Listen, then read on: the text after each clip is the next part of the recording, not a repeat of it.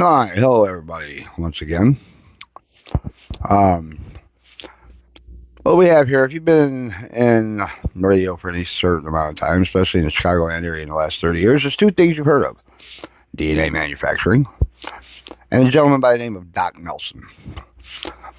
This is it was at one time a DNA triple stage phantom, and like most of them, they get beat to hell.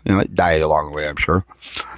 And before me, there was a gentleman, Doc Nelson. Or Doc Nelson was Papa Charlie. A little bit of history in Chicagoland. If you're in the Chicagoland area, you definitely know who Doc Nelson is. He's passed, and a lot of his boxes are out running around. He did pretty much the same thing I do with, rat rods. That's what I call them, rat rods. All sweep tubes were taken out. This was done long before I started doing this kind of stuff. He would take a case like this, kind of like we do. He'd gut it. This one has 4,572Bs in it. Now, the one thing Doc did, though, God love him, he had a lot of funky little circuits that made him really hard to work on. Make no mistake, each circuit had its purpose. You might want to call it a form of overbuilding an amplifier, but a lot of it was done with the intention to save you guys from yourselves half the time, which is why we do a lot of stuff we do to him here. And you can see he did it just like I do it. I mean, it looks like he went into the parts pile and grabbed some stuff and started making some chokes and this, that, and the other, and whipped up this box. Well, Doc has passed, and his boxes have gotten passed around. A lot of guys, most guys, nobody in this area that I know will even touch them. When I came back a few years ago, I ran into a couple of these, and the first couple I saw, it's like, what kind of garbage is this? And but guys wanted to fix, so we figured them out. We got a bunch of them that weren't worth fixing. I mean, they were just too far gone. Like these guys over here. There's a 750 that he turned into a. I forget what that one was. I think that was 4,811, or that was 4,572Bs also. His signature boxes were, and it was strange. I'm not going to go into the whole theory of it right now, but and you don't really hear about it often. I never heard about it until I've seen his boxes, but he would have. He had a set where it was 4,572Bs in one box, like that Mako over there. And what the first box was, it was classified as low drive. Okay.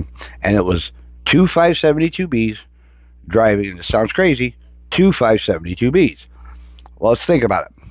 If you take a pair of Bs and you hit them with radio current only, you don't drive them. Hit it with like your Saturn or whatever, low drive, like you do a Phantom. Those two tubes are only going to do couple of hundred peak watts if you're lucky. Well, if you think about it, that's exactly what these really want to run anyway. So he would have a pair of triodes that if you drove it heavier, which most of the guys do, I've done it, you've done it, we've all done it, drive it harder, get more out of it. Doc knew you guys were going to do this. Doc knew guys like us would do this. So having a set of triodes driving a set of identical triodes, however, configured differently as far as what their purpose was in that part of the circuit, the first two were just that. They're meant to take the average radio power, turn it into a couple hundred peak watts to drive the other two, in other words, the final, in that particular box. Now that box would drive another box, only it was 4,572B straight racked up. And I could say the kind of power I've seen out of them, that I've seen out of them on my slug meter.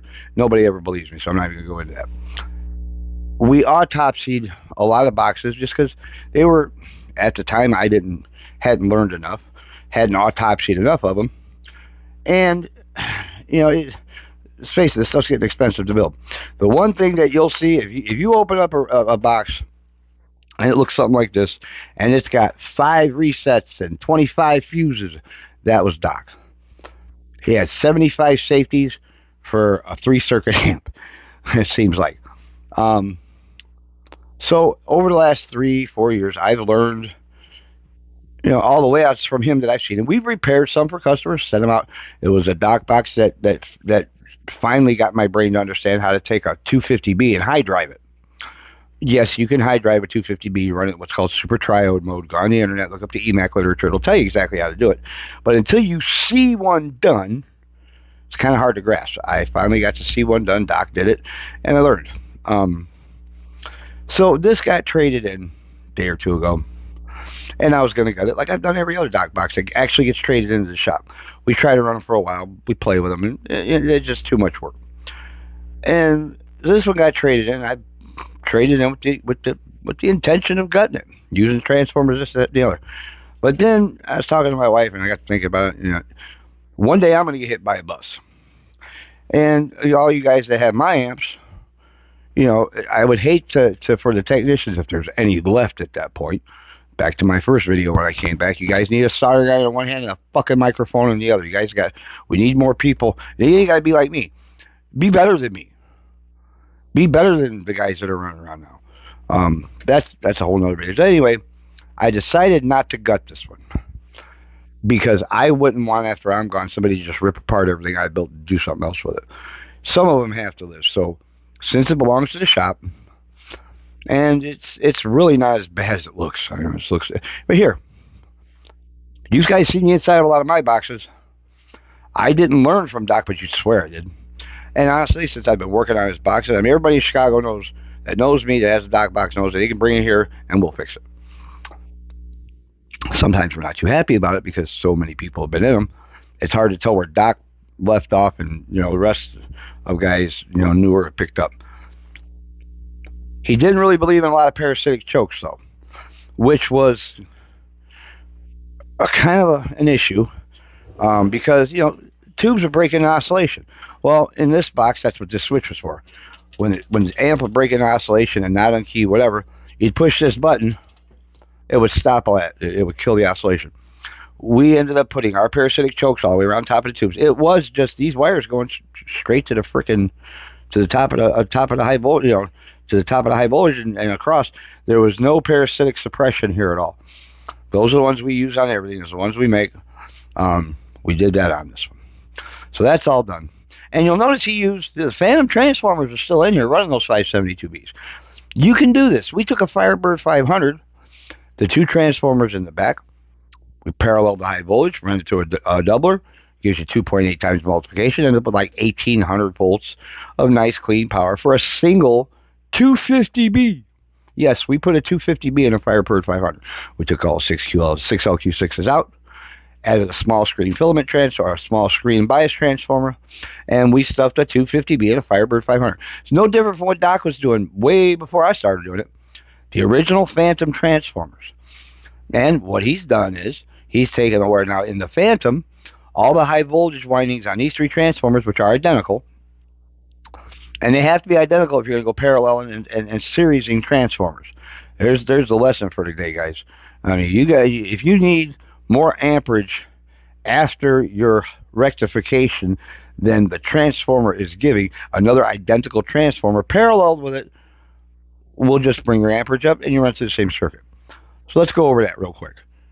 These three transformers each have, I want to say it's like 700 volts AC coming out of each one. All three of these banked up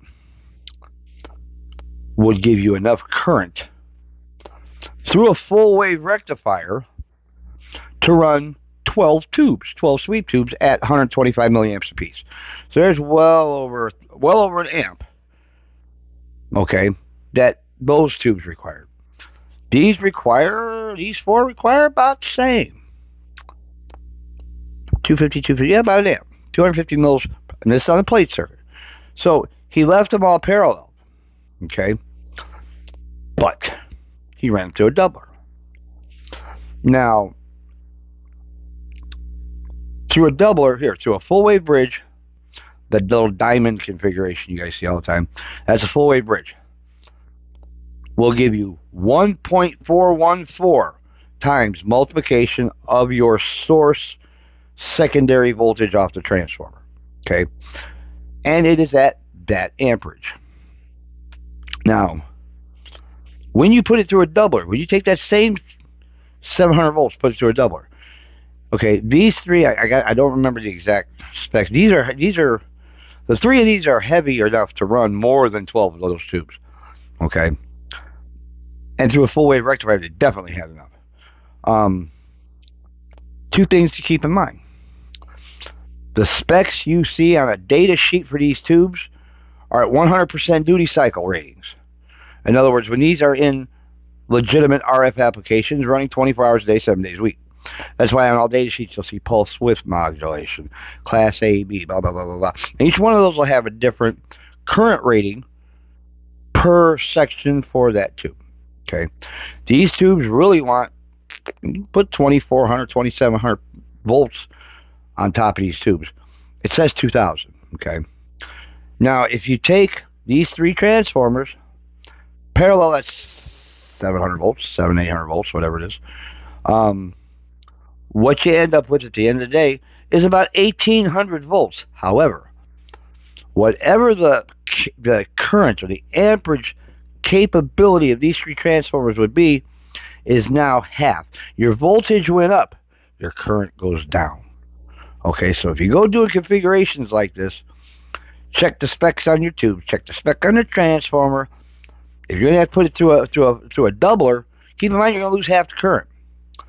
Now, honestly, these three transformers I think are actually good for like an amp and 3/4. And that brings me to the next thing I'm gonna tell you. Just because you say they need 275 mils of tube, for what we're using them for, doesn't need 275 mils of tube constant duty all the time. Okay, you can hit these things with 175, 200 mils per tube, intermittent service, and they're going to do just fine. Case in point, an SB220 has 2800 volts roughly on top of the tubes. That's only a 750 volt transformer at dig, 500 milliamps to start with. Now, Heathkit takes that, puts it through a doubler, and gives you your high voltage at half the amperage that transformer is capable of. Well, if you think about it, that's only 250 mils. Each 3-500Z takes 250 mils in 100% duty cycle constant service. We're not running them that way. Okay. So yes, the Heathkit transformer put through a doubler has only roughly 300 mils of current for those two tubes that say they're going to draw 500 mils. These are not going to draw an amp consistently. You get these to hit an amp momentarily the way we run them is kind of hard to do. So, I mean, honestly, you've got about an amp and a half off these three. Okay. Put through a doubler, you're probably coming up with about 800 milliamps. Now, that's 200 milliamps short of what 4 of these should be getting according to the data sheet. Okay. We're not running them full duty cycle. And it wasn't until recently that a friend of mine in Texas actually explained this to me. We're not running them like that. Thank you, George Block. Probably understand. We're not running them like that. So, we give these things 750, 800 mils of current, good clean bias, and good hefty AC source. They're going to run just fine. That's what Doc did. He took these three, kept them banked up, only put it through a doubler. Usually about 1800, 2000 volts at the top of the tube, which is exactly what the tubes want. That's how he did that, and this is what we added to it for whatnot. Now, we've ripped out every other protection. Now, half of it was protect you guys from yourselves. The other half of it was to make him freaking hard to work on. At the time he was alive, I wouldn't mind. I mean, I'm not happy to hear somebody else work on one of my boxes. Rarely does somebody have to work on one of my boxes, and that's no exaggeration. Anybody who's got a birdcage amp will tell you, if you run it the way I tell you to run it, you put it on a good load, you drive it appropriately, it's going to outlive you and me. The guys that don't run it the way I tell them to will also tell you they've got large repair bills afterwards and lessons learned. Any amplifier, guys, if you run it the way the guy that built it tells you to run it, you shouldn't have any problems, unless there are those two who are just overrating their products. We decided to save this one. Back to that thought, I wouldn't want somebody to gut everything I built. So what I've done is he had in here, the original relay took a poop. You know where that's here in the bed somewhere. To the extent where they were taking the swing leads, and instead of making the connections on the bottom relay, they just pulled it. Now, a lot of guys did that for, okay, yeah, well, it's going to pass current easier, blah, blah, blah. Bullshit. This little length of wire just saved you from putting a length of wire from here somewhere else. I don't think you guys should do this. I don't do it. When I see this, I don't care if the relay clamps. I pull them out. See ya. Now, we replaced it with a 30 amp, 4-pole. We're banking up 2 of the poles for the output. And we're using the other 2 to switch, turn the tubes on, and for the input. The original relay he had positively keyed, and it was a 110 volt relay DC. We replaced it with a 12 volt relay. I took the positive keying circuit out, which his positive keying circuit though, you got to keep in mind. He also on most of his amps put this RCA jack on there so you guys could use a foot pedal on. I call that sewing dresses. Stepping on that foot pedal, the key. You ain't sewing dresses. Get an automatic keying circuit, put in your shit and do it right. Or key it with the radio through a soft key circuit. That's the right way to do it as well. Um, so he had active bias in here. I mean, you can see the chokes here that divided up and sent it back to the filaments. Now, what I'm doing is I'm leaving those in there because those are being used kind of as my balancing act. That's what we'll call it for you guys that don't understand theory. That's our balancing act. And what we're going to do is we're going to feed that one of our handmade chokes here. Don't laugh. Never had one blow. This is going to go from our bias down here, and there will be a bias diode in play. When the relay keys, it'll throw this to ground. Okay, well, doesn't make sense that you're driving your filaments on this, and you're dumping grounded DC into them at the same time. This is what allows the tube to utilize the bias that you're sending it without taking the RF signal that you're applying to the other side of the filament to ground. RF chokes are just that. They choke RF. It keeps the AC RF from getting back into your DC circuit, which will destroy them every time. So we've added, this is going to be our primary choke. From here, it's going to go to the Zener diode, activated by the relay when you key. Then we put a regular, nice, simple 12 volt negative keying circuit trigger in here. There was a lot of garbage in here. I should have showed you guys the inside of this before I started gutting it. Or sorry, I started gutting it and I ended up repairing the damn thing. But I took out all the stuff that we'll call it proprietary dock circuits. If you didn't know how to work on those circuits, you ain't working on this amp. I know how to work on the circuits. I don't like some of them. Doesn't mean that what he did was wrong. Make no mistake. The man knew what he was doing, and everything he built worked. Until it got to some of us, and then whoo. Now, I personally never met him. Keep that in mind. I never got the pleasure of meeting Mr. Nelson. However, I have learned a shit ton from Autopsy and his amps. And with all the knowledge that I have about his amps, I am going to take this one, which I've actually repaired this amp before. This belonged to a guy named Bumpy Johnson. He's the one that brought it to me, and he was gonna trade it in then on a birdcage. And I talked about it because the box works so freaking good. Well, since then, somebody else borrowed it. Tubes have been messed with. Tubes were plugged in wrong. Keying circuit had gotten J-whoppered. Bias circuit had two blown diodes. We're getting rid of all that. See ya. Standard 12 volt relay. Standard 12 volt keying circuit. And he had to do it that way mainly because you guys were using these foot pedals on them. You had to play with active bias to make these work properly. So you didn't get a hum. You didn't get a when you key, you hear that in your audio. Well, we're not manually keying. We're using 12 volt relays, not 110 volt DC relays. So we're going to go a little more new school on the half rebuild of this box. So now what I'm going to do is Doc added this little transformer over here. He must have thought the same thing I do. In every Doc box I see, there is a separate transformer for the 12 volt circuit. Every one. Haven't seen one yet that didn't have one. And I believe that. I've always believed that that's a good thing. Even a sweet tube amp, I think it's stupid to take your 6 volts AC, put it through a double, and get 18 volts, and then run a relay with it, and then you don't understand why you're hearing, in your audio when you first key. You should have a separate. In all future birdcage amps, every section will have its own independent power supply. If you get a 250B amp from us, there will be a transformer for the screen, a transformer for the filaments, a transformer for the bias, a transformer for the high voltage. Everything will have its own transformer, its own source. Was it expensive to build away? Absolutely. Go look at a commercial broadcast amp, though, and see how they build those. I worked in commercial broadcast for a while. I was an apprentice, and things happened. I should have stuck with it, but I didn't. But anyway, back to this. So we're going to save this box. I've taken out all of the stuff that it doesn't need to run properly, first of all. We gutted it down to its high voltage circuit and its filament circuit. That's it. Everything else is gone. And the tuning circuit. I mean, Doc's L network, and they work really good. So now what we're doing is we're putting a standard 12 volt DC circuit in here. We're going to use the transformer he's got in here.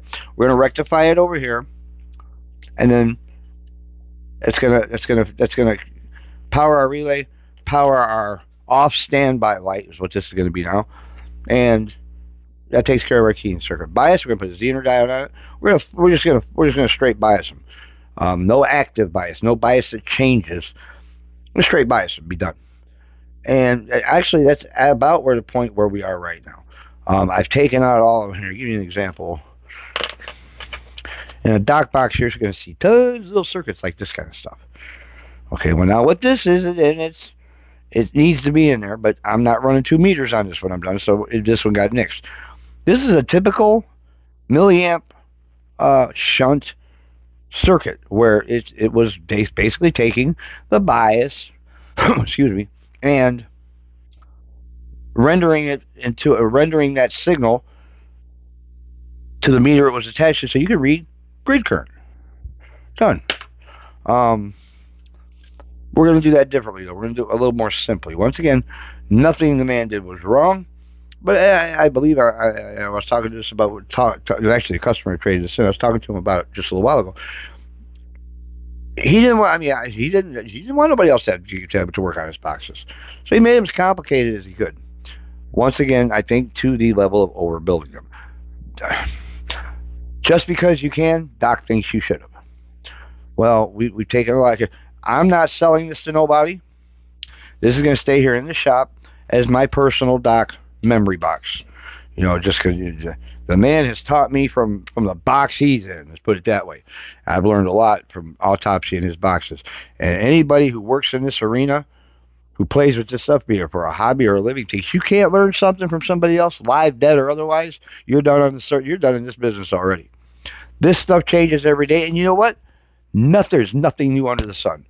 I am not doing anything that hasn't been done before. Doc didn't do anything that hasn't been done before. The rest of these guys, I can name names, but I ain't going to get into that because this is a video online. I don't want to be arguing with nobody. None of us have done anything that has not been done before. It's a matter of how you execute those circuits that make each box what it can be. And previously a lot of ours looked like this. You pulled parts, this and that, but you guys knew what you were getting. All the stuff in the future is all brand new, everything. Unless you order something like this or you send us something that you want us to rat route for you. We got some more custom radios coming up pretty soon too, so keep your eyes open for that. So I'm at the point now where I have to put my 12 volt circuit back in. We'll put 12 volt circuit in, get the keying circuit active, get the bias switched off and on through our Zener diode, and put a sideband circuit in, but I'm not going to mess with that right now. Right now I want to see it make power again. We've already put new tubes in it, parasitic chokes on top. Now what I am going to do, maybe, I don't know. I'm thinking about putting parasitic chokes on these tube sockets, but that's another video in itself too. A lot of you guys, it's for you guys that looked at this thing I showed you. Oh, what hell is that supposed to be? We're going to do a video that shows you how to make these and what the intended purpose for them are, and how to make them better than the ones that are smoked that you're pulling out. Here, guys, when you look at the bottom of a DNA, and you see these little guys, these are RF chokes. I forget what their value is. Let's take a good look at this one. It's going to be on the bench. If you see any bubbling in that lamination, if you see discoloration amongst the windings, I don't care if you can meter through it, the choke is bad. Because the windings have shorted to themselves, taking windings out of the inductor, and it no longer rings at the appropriate Henry. Don't know what a Henry and inductance is? Go to the internet. Or we'll do a video on that one day too. Guys, I'm going to try to teach as much theory as I can, as much as I know. I don't know nowhere near it all. But I know enough to keep from killing myself, and how to autopsy boxes and build my own. You guys need to have a mic in one hand, a soldering iron in the other. I'm not going to be around forever. The rest of these guys ain't going to be around forever either. So, anybody who's in this hobby that cares about it, if you ain't interested, find some youngster. I will teach any youngster who wants to give me his time. I'll give you $1 million education that you can't buy for $10 million right now. Nobody teaches it. Somebody needs to teach it. When I was in high school, they had shop classes. I went to electronics class. In high school, I watched military films on theory, Henry's, resistance, Ohm law, all that shit. You guys don't have this opportunity now. And I don't see nobody else jumping up saying, well, I'll teach you. Well, you know what? I'm not the end all, know it all, but I know enough that, I got customers all over this planet and I can prove it. So, I do what I do. Learn how to do what you want to do. But until you know theory, until you know as much theory as you can grasp, until you know, until you can work on an amp without having to have a schematic in front of you, you're just a technician. You'll never be an engineer. I'm not a licensed engineer, but my buddy in Texas will tell you I'm an engineer just the same. Like I said in that one video, if you take A and B and put it together in a manner where it's going to make F, but neither one of them are designed to make F, you've done engineering. So I'm going to re-engineer some of Doc's stuff here, just bring it up to date a little bit, make it a little simpler. Nobody else is going to be running this box but me and whoever's in the shop here working with me. So, I can, it doesn't break my heart to pull all 5 million safeties out of it. Now, if I were repairing this box, just like when I repaired this box before, gave it back to the customer with all Doc's stuff in there, because the customer was going to do exactly what Doc said, thought we were going to do to him. I've grown up a little bit. There's a time I was said, "Bug, I'm going to beat this thing to death." Make no mistakes, I'm going to see no less than 1,500 peak watts out of those four tubes. It should.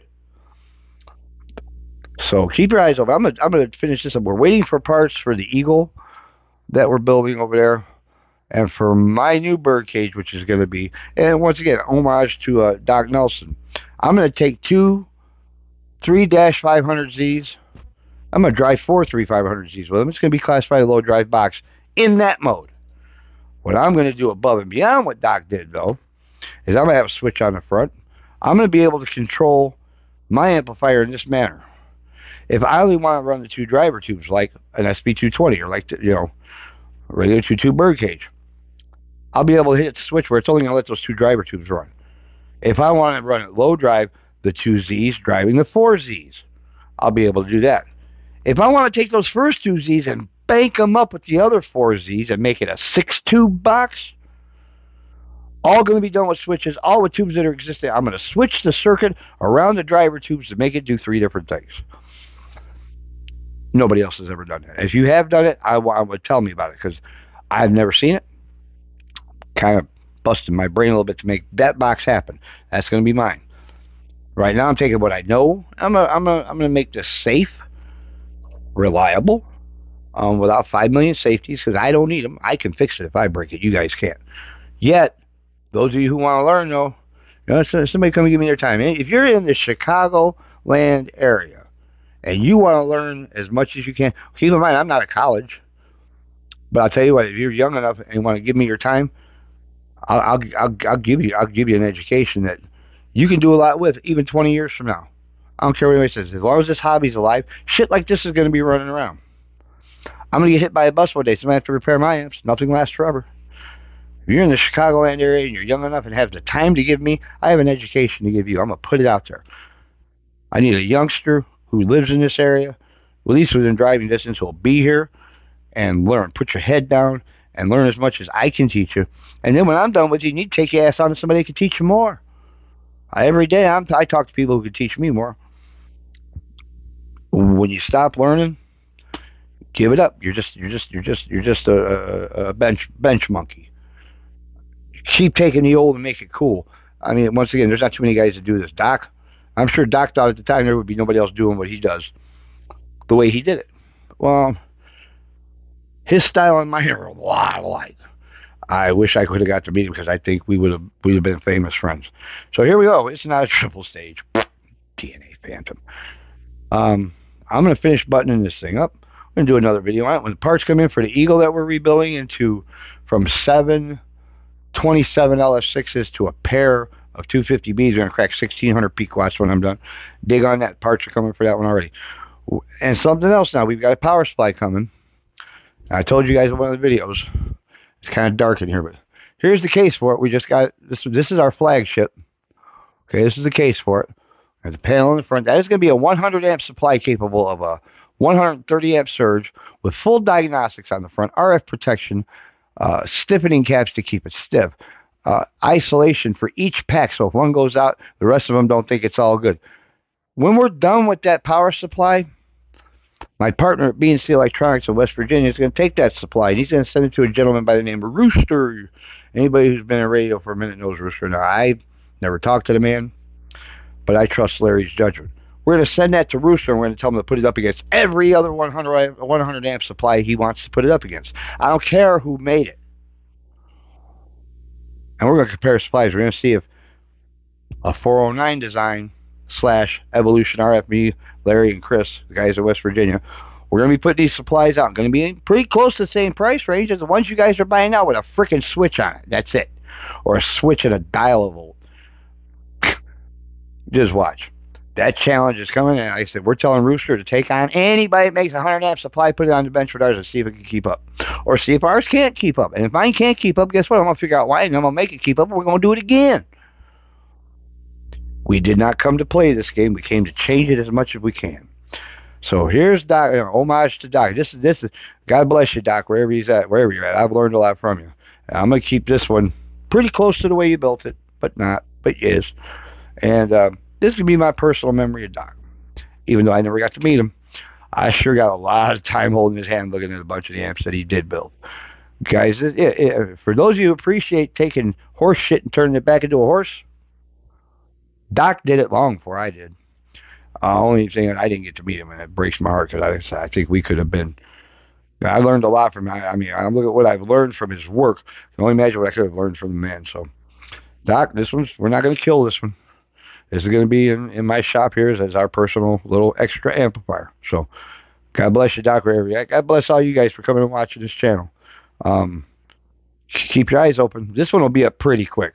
I kind of got an itch for this one. I want to get it done, and all the parts are here, so we're gonna go ahead and get it done while we're waiting to get to a couple of these other items that we got going on. So be blessed. 7 threes, and we'll see you.